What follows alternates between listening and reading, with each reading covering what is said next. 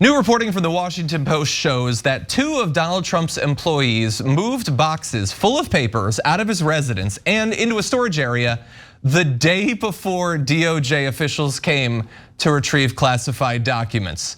The timing is suspect, to say the least, but it actually gets worse the more that you find out about this. And as we get closer to the possibility of Jack Smith, if that's what his name really is, filing some sort of real charges against Trump for the classified documents, I have a feeling some of this is definitely going to come up again. So apparently Trump and his aides carried out a dress rehearsal for moving documents out of his office after, or this is before he received a subpoena in May of 2022. So they were already getting ready for, if we have to move this stuff out, how do we do it? And I know it's complex. It's picking up boxes and it's moving them to a different room. It's a good thing that they ran through trial runs. Anyway, he said to his aides apparently that he wants to make sure that if they come for his documents, that he can protect them from them. So again, frame of mind, the motivation is all incredibly clear.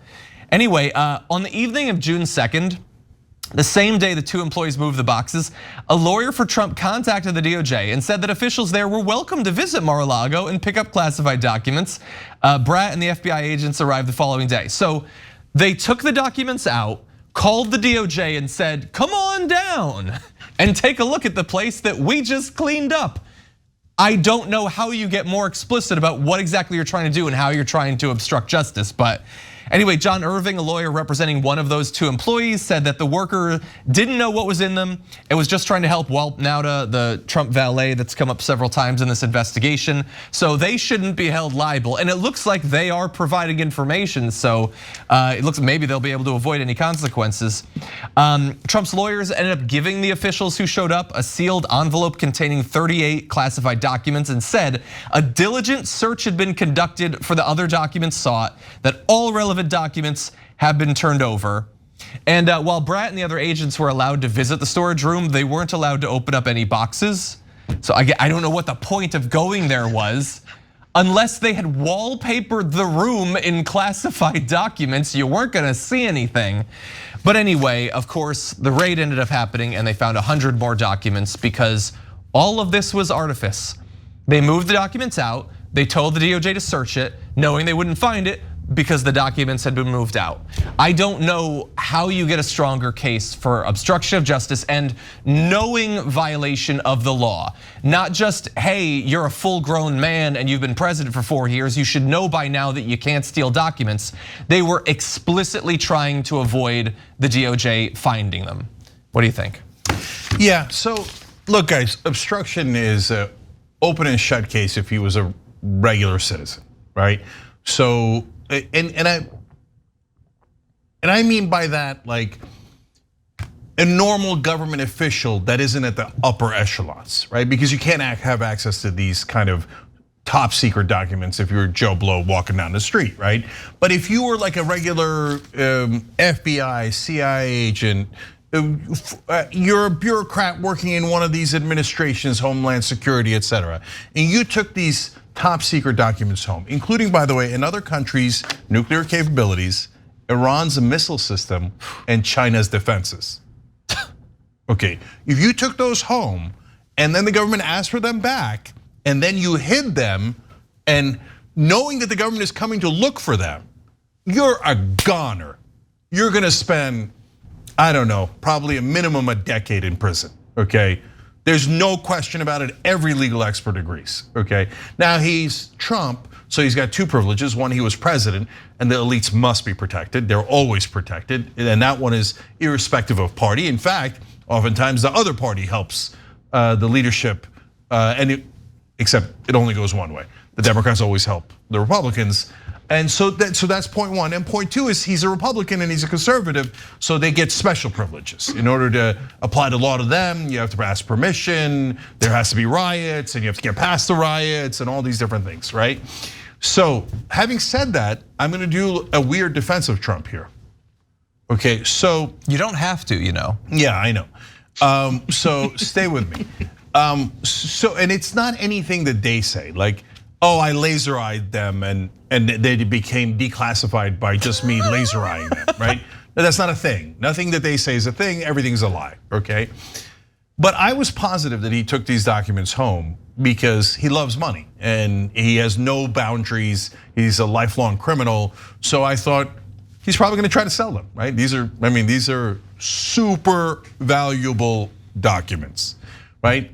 But in this story, they explain that he had them up in his office and sometimes people would walk by and he just showed them. Like, he's like, hey, you wanna see Iran's nuclear secrets or whatever? I don't know, whichever one he was showing, we don't know, right? And I thought, oh my God, I might have underestimated how dumb Trump is. Like maybe he wasn't gonna sell them. Maybe he was just going to show them off to his golfing buddies. Is he that dumb? Yeah. Yeah. So like all of a sudden it's not impossible, right? So now that you would still be guilty of obstruction, right? You would still, there is no lasering eye. It's that none of that. So a normal person would go to jail. But I don't know that a former president of the United States goes to jail if he just wanted to show it off to his golfing buddies. Okay, he should, but I don't know that he does. So to me, like, if you will, what does it matter what he was going to do with the thing that he stole and then hid his stealing? Because John, look, it's not. This is not my opinion. I'm just telling you that in the real world, the former president has to like nearly kill someone on Fifth Avenue to actually go to prison, right? And even that's now debatable. So, but if they had a smoking gun where he offered someone these documents, like nuclear secrets, etc., in return for money, that might even affect 2 to 3 Republican voters. Like that is so awful that it might. But I don't know that they're gonna get that smoking gun. And at this point, I'm not even sure that smoking gun exists or that he was gonna try to do it. So I'm just being as fair as I could possibly be. Fair. You know, I do wanna, because as soon as we're talking about the dress rehearsal, I get this image in my head like an 80s movie, sports movie training montage, and you've got employees like lifting boxes over their heads and punching them like they're in the meat freezer. Trump's sitting there with his stopwatch, go, go, go. But you've got intent, you've got Espionage Act violations, and I think we've got to give all the credit in the world to the fact that the person who is now letting all this be known to the special prosecutor, this is a maintenance worker. A month or two ago when it was revealed that Jack Smith started subpoenaing the average just workers at Mar-a-Lago, the maintenance workers, the housekeepers, the serving staff, I mentioned then, these are the people that are gonna do him in. These are the people who are basically the eyes and the ears of Mar-a-Lago, but Trump thinks so little of them. He doesn't actually interact with them, but they still see everything. They're still right there. And sure enough, that's what this is. Yeah. You've got these staffers all over Mar-a-Lago that have seen things that they never really thought they'd have to tell people, but now they're telling these stories to Jack Smith. So full credit to these, just regular, everyday punch in, punch out staffers, because those are the people, the ones Trump never thinks twice about. Those are the ones that are gonna end up taking him down. Okay, I gotta say one last thing. If anyone in the Saudi government has seen any of these documents at all, Trump should get life in prison. Because, wait, but where's the quid pro quo? Immediately after the election, Jared Kushner, Donald Trump's son-in-law, got $2 billion from the Saudi government. So that it's not his to keep, but it's his to invest, where he will make at a minimum tens of millions of dollars just from the commission, even if he makes no money for them. And he will likely make hundreds of millions of dollars for the Trump family from the money that the Saudis gave him right after the election. Any Saudi national saw any of those documents, and if you're a right winger and you still defend Trump, you're a total traitor. That's just the reality. Thanks for watching The Young Turks, really appreciate it. Another way to show support is through YouTube memberships. You'll get to interact with us more. There's live chat emojis, badges. You've got emojis of me, Anna, John, JR. So those are super fun. But you also get playback of our exclusive member-only shows and specials right after they air. So all of that, all you gotta do is click that join button right underneath the video. Thank you.